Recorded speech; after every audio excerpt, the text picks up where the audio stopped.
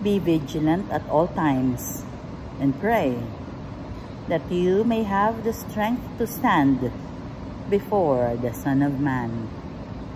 The Lord speaks of peace to His people. Blessed Tuesday, everyone. We praise and thank you, dear God, for another day of life. We praise and thank you for the gift of love, the gift of family, of community, of belongingness, and the gift of today. We are being reminded that we should always be ready. Be ready for the coming of the Lord. Ano ba yung ibig sabihin nun? When death is here, hindi natin alam kasi kung kailan yan eh. Right here, right now, dapat daw handa ka. Diba yung bridegroom? Yun yung sinasabi kasi sa Ebanghelyo. Eh, pag dumating siya, dapat handa tayo. Pero, ang hirap naman maging handa. Ano, diba?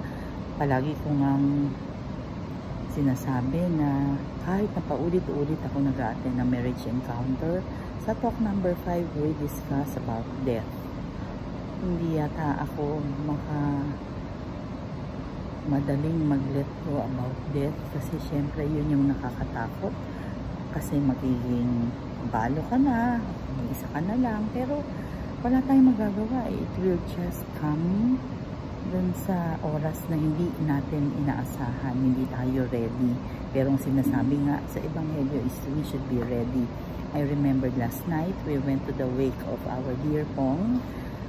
Pinagdasal natin siya. Gusto natin siyang magkaroon ng miracle healing, pero permanent healing ang pinagkaloob sa kanya ng Panginoong Diyos. I admire how a brave and empowered woman si Ira. Sabi ko nga kay Tita Benny, yung nanay niya, she's stronger than you. Hindi, dahil sa kinakundin ako na hindi strong si Tita Benny, pero maliit na tao si Ira, pero you can see kung paano talaga at a young age ay napakabigat ng pinagdadaanan niya. Yung asawa nagka-cancer, namatay, meron siyang 3 anak, more than a year old pa lamang ang bunso, at 7 years old ba o mga ganon ang edad ng panganay. I could imagine how difficult life is, but I can see in her how strong she is. Maybe because malalim ang kanyang pananampalataya, maybe because she has a family who is very supportive. At ang sabi ko nga, si Aubrey ay may special mission sa Panginoon.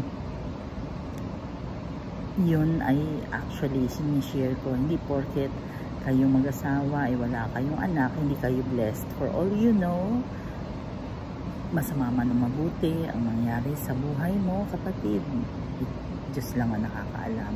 For all you know, yung masama sa iyo ay mabuti sa Panginoon kasi meron siya something in store for you. Kaya nga, tayo ay we should hold on to the Son of Man, that is Jesus. We should hold on to God. Madali lang yan sabihin, pero kapag ang pinag-uusapan is pagdating niya, yung the end of our lives, yes, mahirap, pero kung iisipin natin na He will be at a better place kasi kasama niya na yung Panginoon, madaling matanggap, ano? Pero just the same, hindi ko ma-imagine na mauna sa akin si June, parang mas gusto ko ako na kayo mauna, parang mga ganyan na mga panalangin. Pero your will be done. Yun talaga ang dapat nating panalangin is your will be done, O Lord. Maraming mga bagay na hindi natin maintindihan for whatever reason. Hindi natin maintindihan dahil malalim. Hindi natin maintindihan kasi hindi talaga. Wag nyo na akong tanungin bakit ba merong 3 persona sa iisang Diyos. Please, hindi ko yan alam sagutin. Basta ang alam ko, meron akong nag-iisang Diyos. Diyan ako kumukuha ng lakas. Sabi nga nila, katulad niyan, napuyat kami dahil nga galing kami sa wake.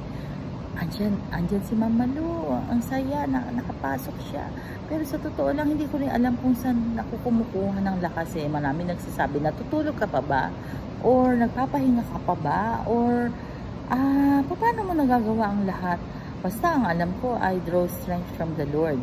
Basta ang alam ko, hindi ako humihindi. Kasi bukod sa madami pa ako nadidiscover about sa kay June na mga misa-misa nadidiscover ko pa, katulad ng i-divulge ko to siguro with his permission na din kasi kwento na niya eh. May pumapanik siya sa escalator ng SM, tapos may humawak ng kamay niya. Aba, magandang babae, sexy pa daw. At ang sabi naman, parang kakilala tayo, usap tayo. Aba naman, at 60, may asim pa pala itong asawa ko, di ba? Yung mga bagay na ganyan, yan ay mga bagay na nadidiscover ko na lang because of that interview that pinaunlakan namin together with the students of St. Benilde when we were interviewed online. Imagine, kung hindi pa na kami na-interview, hindi pa niya makukwento. Nakalimutan niya daw, kasi wala naman daw bearing sa kanya, hindi naman daw importante, pero wag ka, ang plano niya yata, balikan yung spot na yon at baka bumalik yung babae.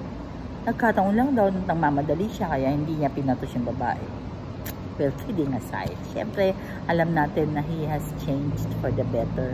Yung mga bagay na yan ay just the spices of life.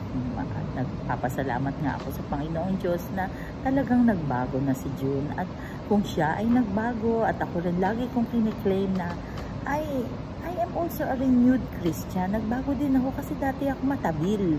Dating salbahe ang bibig ko. Two-edged sword. Talagang it can kill.